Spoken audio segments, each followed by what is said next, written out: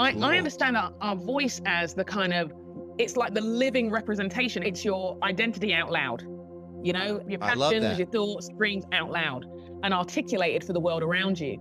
The example I give in the book is of a period of time where I was bullied, where every action I had and the way I looked and the way I dressed was criticized day after day after day. And it got more and more convenient to get a little smaller, to hide away, to try and avoid conflict and confrontation with the people who were bullying me, but also realizing that the bullying tapped into my deepest fears that what they said was true. Wow. And I think what happens with us when we lose our voice is we're told our voices don't count. We don't see our voices represented in the world around us. You have some like devastating experience where you're numbed and you're silenced. Sure. And the things that God has wired you with, the ways that you are created, are muted.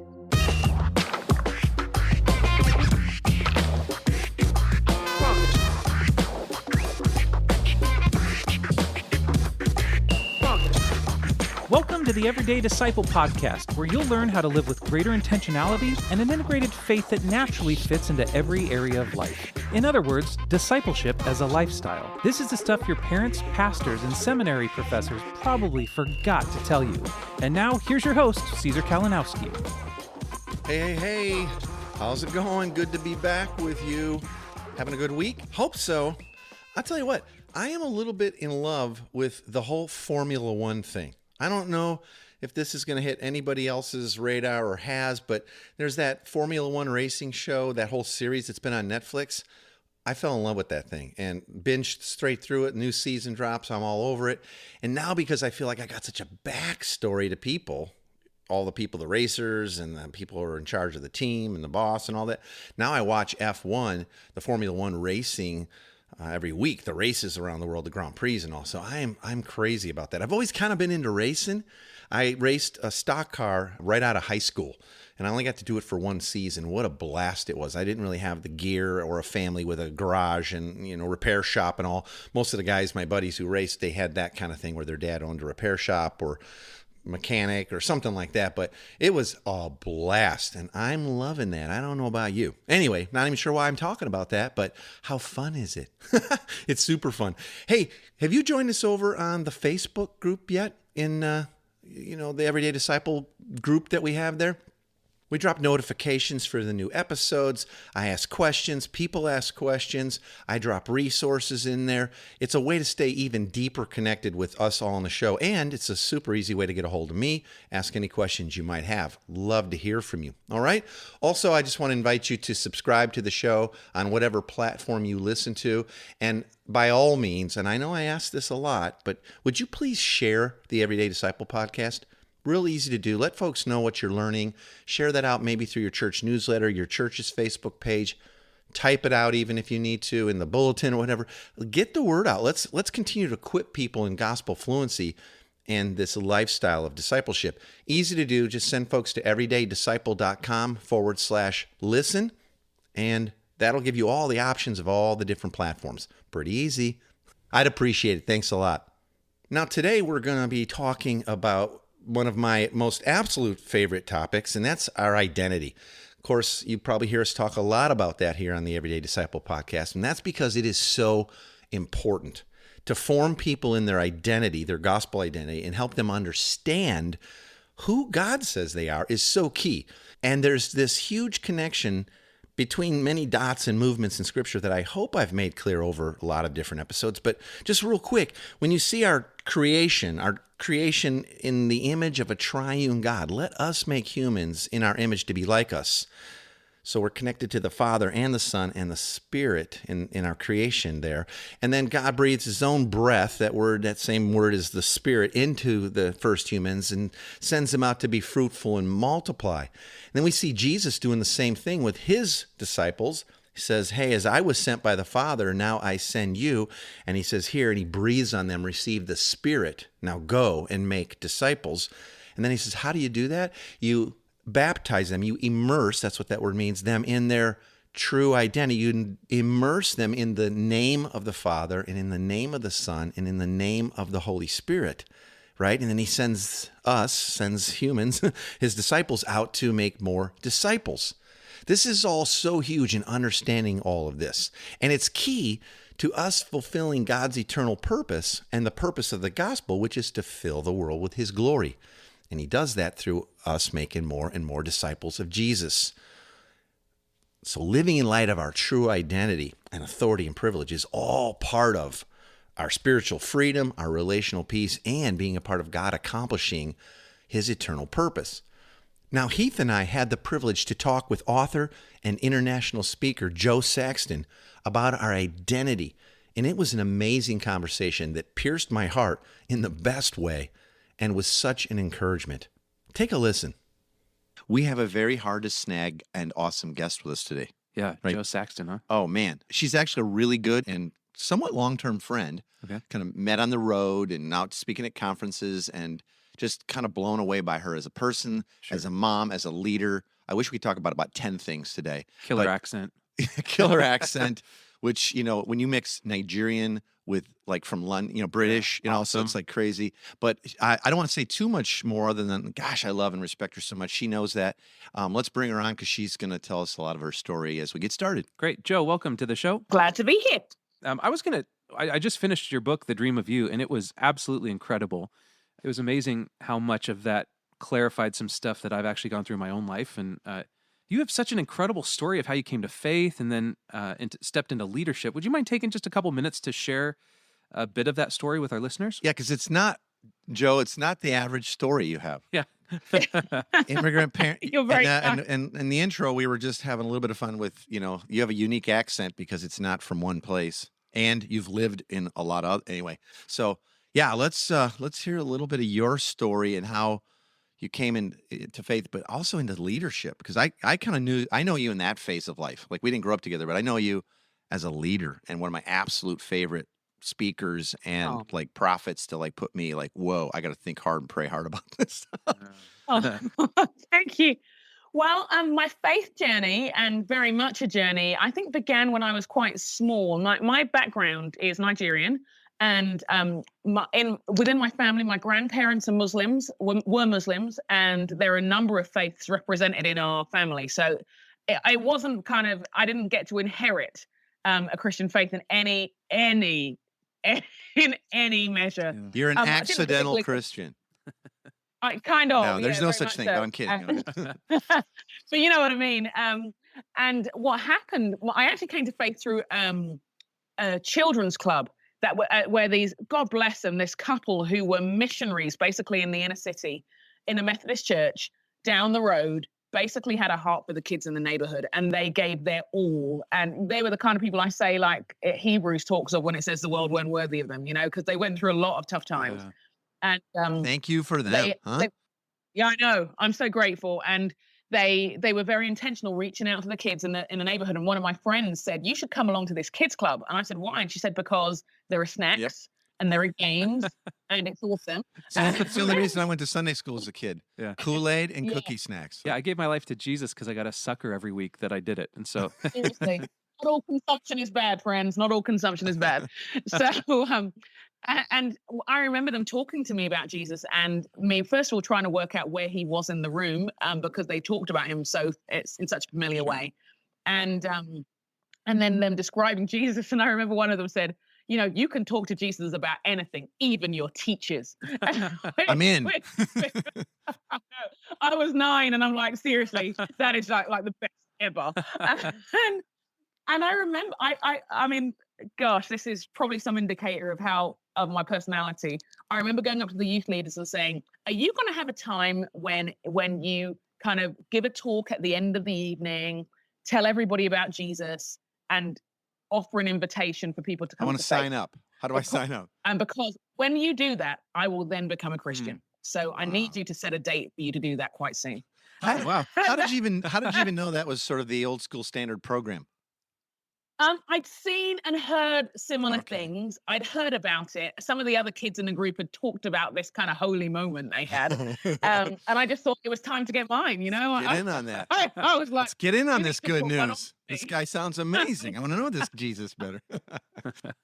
it was awesome. And they were very gracious, and they arranged one for a few weeks later. And when they said, if you want to come to play stand up, I just shot up and said, it's my time. I mean, Yeah. and then you said, and I've been working on some messages, so I'm just going to go ahead and get up right now. I did bring a friend with me, and she came to faith as well that night. So now jump way ahead. And I mean, golly, so much stuff. I know you're deeply connected. Our listeners know, 3DM. You're deeply connected to 3DM, and that's kind of how we met. Mike Breen has been a big part of your life and a great spiritual parent. I know, right? Yeah, and that was in my college years. And I think for me, all things missional just seemed like it had a very natural resonance to me. In terms of obviously my church back, my journey to faith was someone invited me. And very much in the way I was discipled, that was the expectation. We assumed we were sent to people. And so when I to college, why isn't that more normal? Holy cow! Why? That's another episode, but yeah, I know. I guess with the UK as well, I think the church attendance was not at its highest, shall we say? Yeah, So that I think was part of it too. And in my college years, I remember thinking, I'd been to Bible college for a couple of years before, moved to university in Sheffield, was looking for a church, basically walked in, and people were friendly. I mean, that was a kind of litmus test. And some of my college friends went there, but I was very much aware, like college is a time when the lid comes off your life in so many ways. Sure. And so the things that I'd managed, coped with, ignored throughout my childhood and my late teens when I had a little sojourn away. As you do. one, it was so boring as well. Can I say it was one of the most overrated 6 months of my life? Yeah. And I remember going to the church and just thinking, right, I just want to get rooted, but there's a lot I don't know. And I remember meeting Mike and Sally around that time in a fish and chip shop, which is obviously a bastion of English. Love it. Glory. You like mushy peas? I do. I love peas. I do too. And so many Brits hate on them, and I love them. No, and they're wrong, Caesar. They're wrong. They are.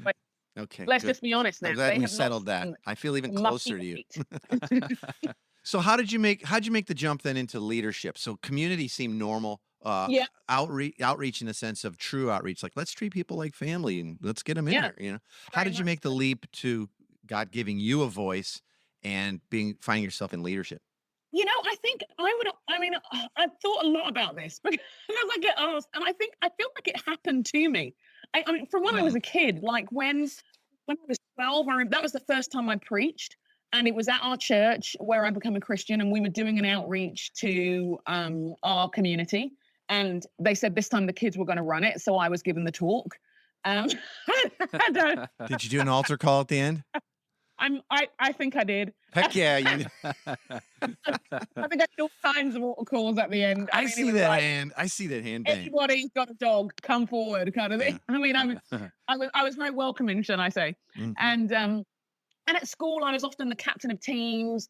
I was often given positions in the class to kind of represent the students, and I was always volunteered, and I never had a good reason to say no.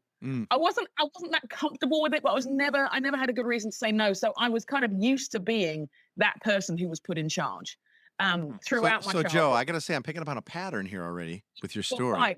Accidental salvation, accidental Christian, accidental leader. Here you go. I know.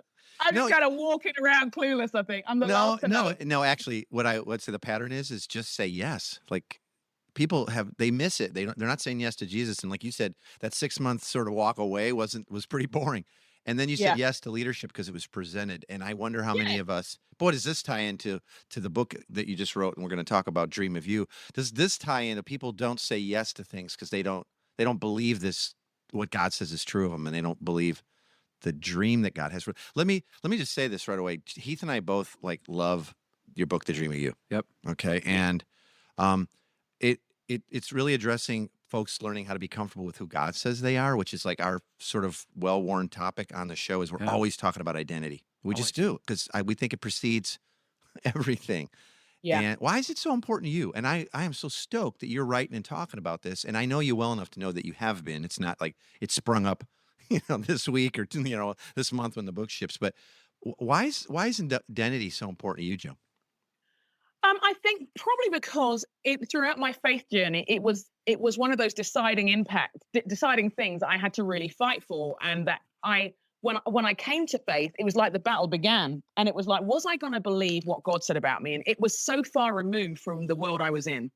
And look, I would read these things about who I was because of Christ and the transformation, and I began to encounter that level of transformation. And I noticed again another pattern was the more I got into that, the bolder I was, the more free I was, the more passionate I was, and the greater purpose I felt. And any time I didn't feel those things, it stemmed from a battle over my identity. Wow. It really did. I tell people all the time, the more they believe their identity, like seriously believe it as from Christ, the more authority and privilege they're going to live into. Absolutely. I genuinely, I mean, we don't live beyond what we believe about ourselves anyway, but I think there is that terrible thing that so many of us encounter. We're told lies. Yeah. I mean, we're Yeah. told lies by our culture. We're told lies sometimes by significant figures in our lives. We're told lies by people we love. The world. And the we're whole do yeah, to the be. world. Do to be. If I you do mean, this, then you'll be this. yep. And they limit us, and sometimes even the good advice limits us, you know. And I think Like for instance, good advice that limits us or you. Yeah. I think sometimes when you're told not to rock the boat, Mm. when passivity is spiritualized, sometimes I think, well, nothing could ever change, so don't get worked up about this. Don't get worked up about these injustices, because, well, you know, it's just the way of the world. And it is the way of the world, and that's true. But supposing that agitation is like that fire in your bones that Jeremiah had, supposing that agitation is God trying to get your attention, and on the other side of him getting your attention is something that you're called to do. If someone's trying to make you feel better, and I think maybe trying to comfort or trying to just not make it awkward, trying to make you socially fit by not saying something that people don't know how to answer. And I think it costs us. I think it costs the work of the kingdom. Absolutely. You know? This, what it reminds me of, it kind of ties in closely, is one of the things that really stood out to me in the book was this whole concept of losing your voice. Mm. Yeah, like over time, like your identity just gets stolen away from you and battered out of you. Would you mind unpacking that concept a little bit for our listeners who haven't gotten a chance to read the book yet, and how we lose our voice over time? Yeah, for me, I was fascinated when I first started looking at this, realizing that the word voice comes from voc or vox in the Latin, and it's the same root word from where you find your vocation. The word vocation, vocare. And I understand our voice as the kind of, it's like the living representation. It's your identity out loud. You know, your I love passions, that. your thoughts, dreams out loud and articulated for the world around you. And I think the example I give in the book is of a period of time where I was bullied, where every action I had and the way I looked and the way I dressed was criticized day after day after day. And it got more and more convenient to get a little smaller, to hide away, to try and avoid conflict and confrontation with the people who were bullying me, but also realizing that that the bullying tapped into my deepest fears that what they said was true. Wow. And I think what happens with us when we lose our voice is we're told our voices don't count. We don't see our voices represented in the world around us. You have some like devastating experience where you're numbed and you're silenced, Sure. and the things that God has wired you with, the ways that you are created, are muted or just or eroded. Hard times can cause us to lose our voice, and then sometimes we lose it in our formative periods of our lives, like our formative years. Like, I'll give you an example. When I was being mentored by someone once, I talked about pioneering and being called to that, and they said, "Oh, you know what? That's just a fad. Huh. Pioneering is a fad. Don't even think about it." And I remember just feeling crushed because it took all the courage I had to say it. Oh. And then to hear from someone who loved me and who in many other respects had been really good for me. I don't think they had any, I mean, they apologized a few years later, but because I ignored them. But but in that time, it was soul crushing. It was Sure. soul crushing to think, I really feel there's something in this. I'm not saying I've got it right, but there's something in this. Yep. And then to have it feel so minimized and belittled and dismissed. It was even the hand action was dismissed, Huh. was dismissive as well. We're all picturing that now, like meh, hand going. Yeah. Yikes. Yep. I mean, it was just, and as she swept the things I'd said away, my voice went with it. Gosh, that's Wow. tragic. You know, and today there seems to be in the media, in a good way, there's a big uprising about, listen, everyone has a voice, and people you need to believe the good things about yourself, and especially around being female, right, and being a woman, and wow, about time. And yet, I got to say this, and here I am sitting in my white privilege seat of podcasting today. But Sure. but what the difference here is are we finding our voice in light of who God says we are, or was what was supposed to be true of us and is true of us because God created us in His image and Christ is recreating us? Has that all been squished out of us? And then I think sometimes the other side of that coin, at least the way it's coming off on TV a lot, is like, so you go out and make your own identity. Yeah. You build you build a you. And you show everybody, and that's different, because now you're on a treadmill that you created, and you got to keep it up. Absolutely. And there are a lot of voices out there telling us what to think and be. And I think the dilemma is, I think people have been silenced, and women in particular, and those on the margins, people of color, have been silenced for so long. Yeah. So long. I think we're seeing the cost. I mean, we're clearly seeing the cost of when our voices haven't been heard.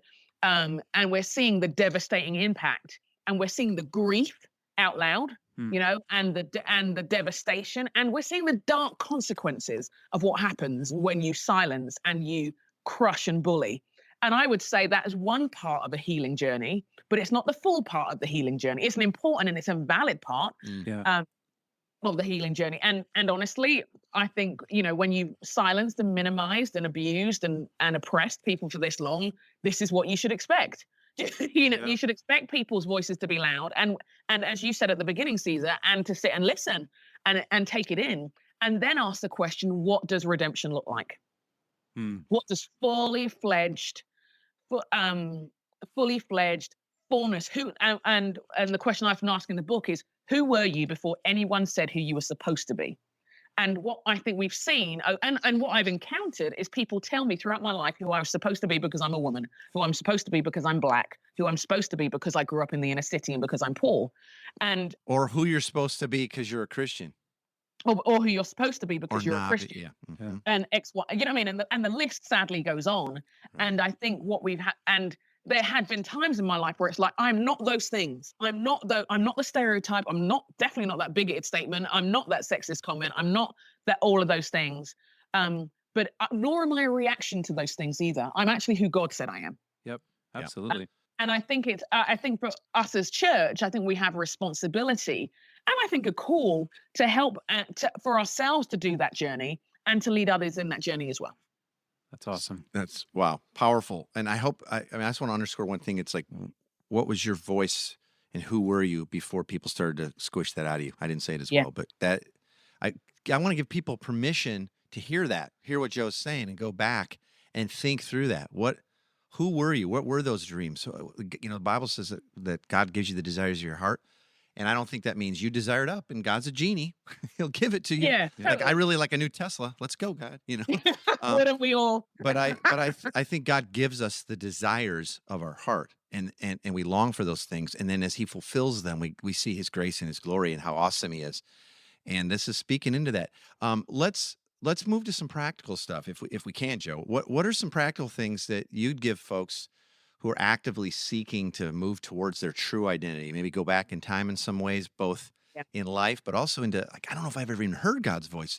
You share some practical stuff in the book as well. So just whatever comes to mind, let's give our listeners a few. Here's some things we can get started with. Yeah, I would say, first of all, don't be too quick on the unpacking how you got here. Do you know what I mean, in terms of where you're at now and all the voices that have defined them. I spend a lot of time getting people to take a long, hard look at what they've become. Partly because if we whiz past that bit, we don't actually get to the freedom piece. Sure. So Yeah. or it's a sort of a lasting piece.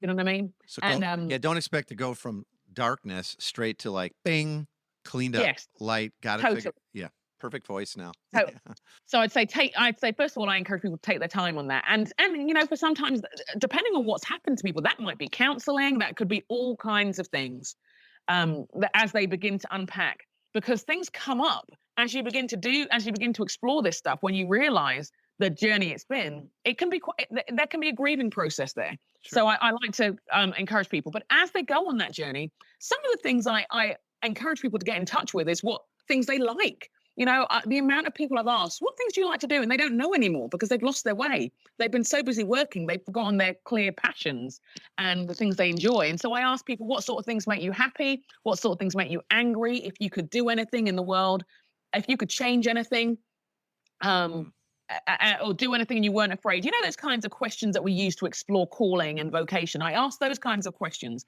And I ask them as questions because we're wanting people to flex a muscle they've not flexed for a long time about thinking of those things, and getting in and unearthing those things again. Sometimes I'll ask people to try to just unleash a little something is, what would you be doing in 6 months or in a year from now if money and or time or your certain circumstances were not an issue?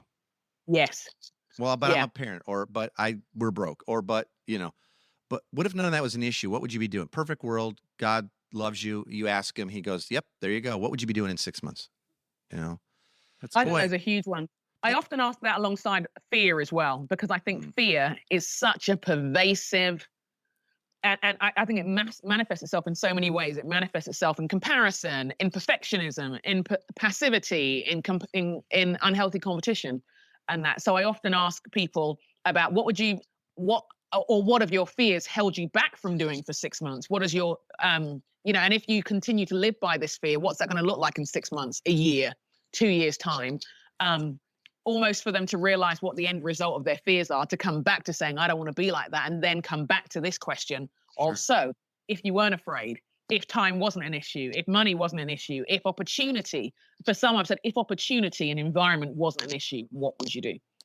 And that's good, because I was just about to ask, like, what's it look like in a person? You're working with someone, or maybe what's it look like in the mirror even, but what's it look like? What's it sound like when a person's not believing what God says is true and they're not living out of their identity? What's that begin to look and sound like, so we can start to identify that in ourselves and in others?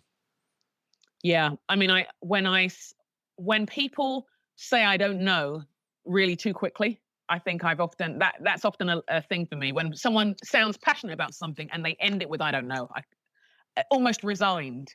I kind of say, what do you mean you don't know? Because you just sound like you did. Yeah. You just sound like you did know. And then but your sign out, your signature at the bottom is I don't know. And Probably not going to happen. ... Yeah. And that, do you know what I mean? It's that kind of the kind of self-protective dismissal of all you've just said at the end, I think is something worth landing on with you. I think sometimes cynicism, where people sign off before they even begin. I mean, I'm the kind of person who likes to get behind. I like words, so I like to get behind the words that people use and the why they say them, because, as the Bible says, the heart speaks. The mouth speaks what the heart is full of. Sure. And so I just want to find out what we're full of right now. What we're full of on that front, and why. And why? Because I think we're saying something.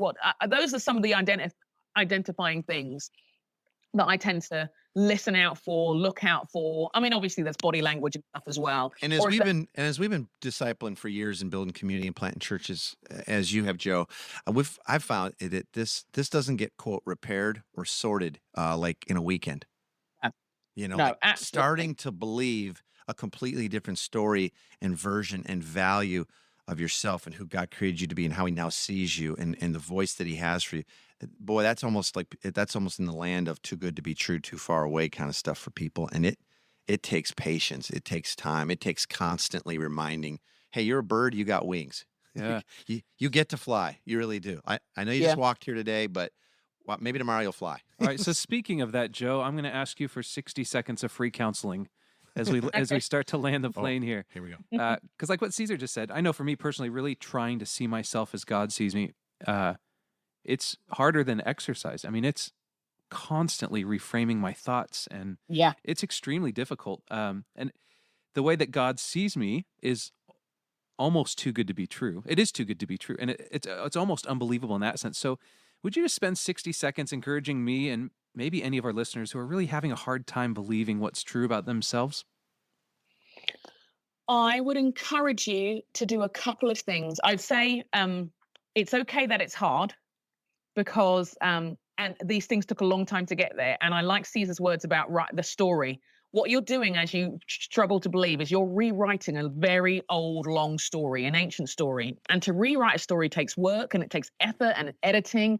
And it's okay if you take 2 steps and then you don't want to write again. But I would encourage you to surround yourself with people who see the you that you want to be, but you don't realize you are yet, and let them speak for you. Yep. I'd immerse yourself in verses of the Bible and stuff that remind you that you're fearfully and wonderfully made. Psalm 139 has been my go-to, and I'd read it in front of the mirror. I really would. I'd commit to, if you do need the extra help, to get in the Word, and I would try new things. Because if you're rewriting a story, at some point that's putting pen to paper and writing new words down. Yeah. You can't do that in your own head. You actually have to take a step, and it's okay that it's a baby step. Babies don't run marathons. They take single steps. Yep. That's so good. Wow. Joe, it has been an absolute joy talking to you. Again, your book, The Dream of You, is absolutely incredible. Thank you. And hopefully we get to have you back on the show again. Fun times. That'd be awesome. It'll take us another 6 years to. No, I'm just kidding. Joe's a very, listen, I've just finagled myself a speaking slot at a conference. 18 months in the working. I heard Joe was going to be at a conference. I was working with the same people, and I go, she is? I want to speak there. And they're like, oh, okay. So they booked us in Chicago and in the frozen tundra, and then they booked us on opposing schedules. We never saw each other. So Completely different days. I was a little upset about that. I'm not going to lie. I was just like, it was far easier to schedule the Queen for one of the last podcasts we did. We had the Meghan Queen. Markle's going to be on right after you, and we're going to talk about that. And that took us a couple of phone calls, and boom, no ski. Now, blessings on you, sister. Thanks so much for being here, and thanks for believing the story that God's telling about you, so that we all get to a little bit more as well. Thank you. I appreciate you. All right. All right, Joe. We'll talk to you soon.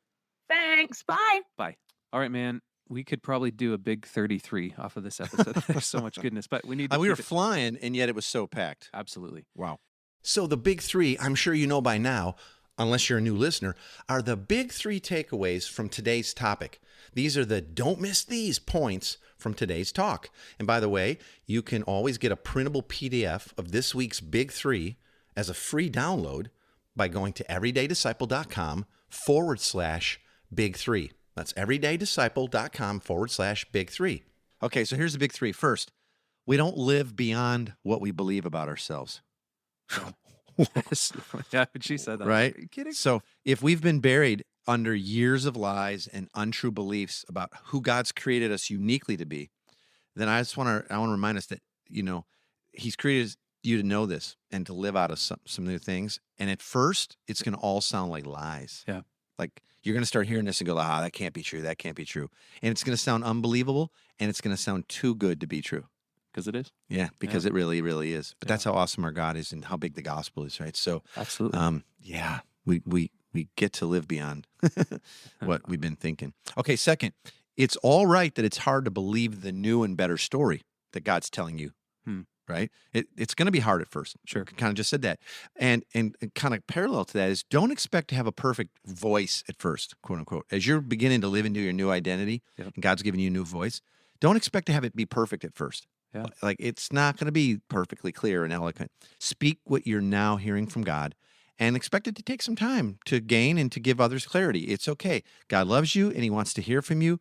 And you know what? The rest of us need your voice. Yeah, absolutely. And it's the Spirit that'll make it clear and powerful and perfect. And just so you know, don't wait till someday you think you've got your message or your voice all perfectly clear and clarified to start, because you'll never get there. Yeah. We need you. Yeah, we need your voice. Okay, and then third, your voice is your identity out loud. Joe said that, and I'm like, wow. That's tattooable. Yeah. Too late. I got it already. Just on the. So your voice is your identity out loud. Don't fear to try out your wings, okay, and try new things, to say new things, to go new places. If you believe God's calling you to a new place, like physically go there. That might be part of how He's causing you to believe something new about yourself or calling you to a new voice. If it's a new role or a new job, try that. Don't be afraid. Don't worry about it. Go for it. If it's to a new calling, embrace it fully, knowing that in all of these, God goes with you, and he's already there. Yeah. God's never going to call you somewhere and then leave you and forsake you. So even though it might seem scary, he's there and he's waiting for you. You get to go for it. That's Beautiful, man. Thank you for those. If you want more information on Jo Saxton, you can go to her website. It's www.josaxton.com, and she's on Twitter and Instagram at Jo Saxton. Check out her website because you get a link to her podcast too. And you can get the copy of a new book there. Yeah, and you can get the goodness every week. Speaking dates. So, yeah. If she's coming close to you, go see her. What a great talk. What an important concept to really grasp and pass on to others as we make disciples of Jesus, who is the exact imprint and glory of God. And we are now his body in the world. Now we get to go forward in our true Trinitarian identity with God, using all of us uniquely in different ways as he fills the world with his glory. Man, that's awesome. I'm super encouraged. I hope you are too. Well, that's it for today. Thanks again, Jo, and thanks, Heath. I look forward to talking with you next week as well as we continue to learn how to truly live a lifestyle of discipleship in all the normal stuff of life together. I'll talk to you soon. Thanks for joining us today. For more information on this show and to get loads of free discipleship resources, visit everydaydisciple.com. And remember, you really can live with the spiritual freedom and relational peace that Jesus promised every day.